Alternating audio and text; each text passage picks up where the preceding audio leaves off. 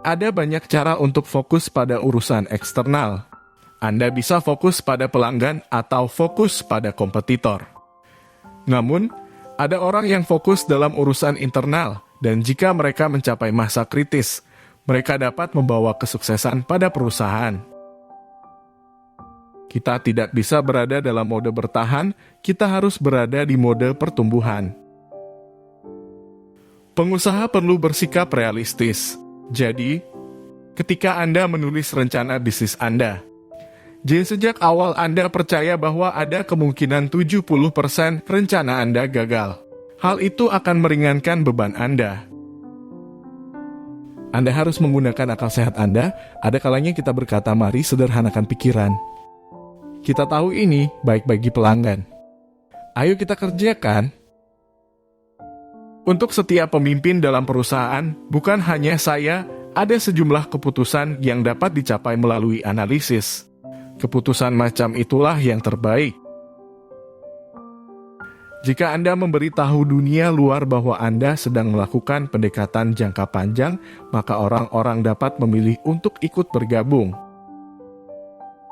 Jika Anda memikirkan jangka panjang, Anda dapat menghasilkan keputusan yang sangat baik yang tidak akan Anda sesali. Saya tahu bahwa jika saya gagal, saya takkan menyesalinya, tetapi saya tahu satu-satunya yang akan saya sesali adalah jika saya tidak mencoba.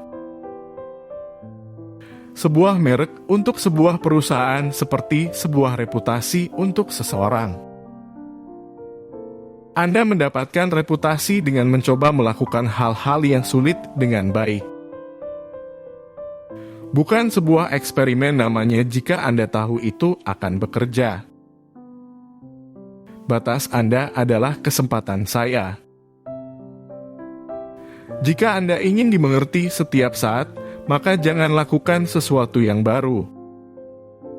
Kerja keras, bersenang-senang, buat sejarah. Akan selalu ada keberuntungan terlibat dalam penemuan. Lain yang saya rekomendasikan kepada orang-orang adalah untuk selalu berpikir jangka panjang. Saya kira hal ini banyak mengundang kontroversi. Jika Anda menciptakan pengalaman yang luar biasa, para pelanggan akan saling menceritakannya. Kata-kata yang keluar dari mulut sangat berkuasa. Kegagalan yang datang merupakan bagian tak terpisahkan dengan penemuan. Ini tidak opsional. Kita keras kepala pada visi, kita fleksibel pada rincian. Pandanglah pelanggan kita sebagai tamu yang diundang ke sebuah pesta, dengan kita menjadi tuan rumah. Sudah menjadi tugas kita untuk memberikan pengalaman yang sedikit lebih baik kepada pelanggan. Segala sesuatu pasti ada hambatannya.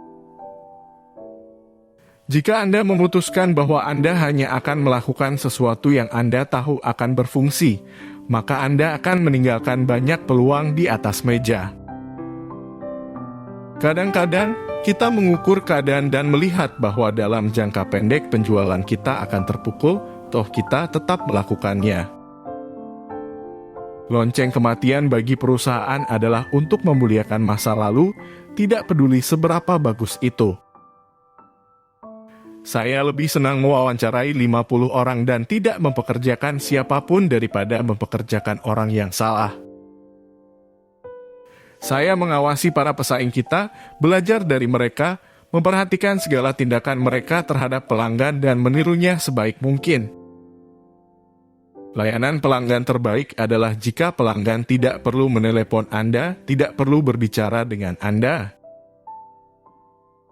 Kami memiliki 3 ide besar di Amazon yang telah kami tangani selama 18 tahun, dan itulah alasan kami berhasil. Pelanggan yang paling pertama, menciptakan, dan bersabarlah. Pandangan saya adalah tidak ada waktu yang buruk untuk berinovasi. Jika Anda berfokus pada pesaing, Anda harus menunggu sampai ada pesaing yang melakukan sesuatu. Menjadi terfokus pada pelanggan memungkinkan Anda menjadi perintis lebih banyak.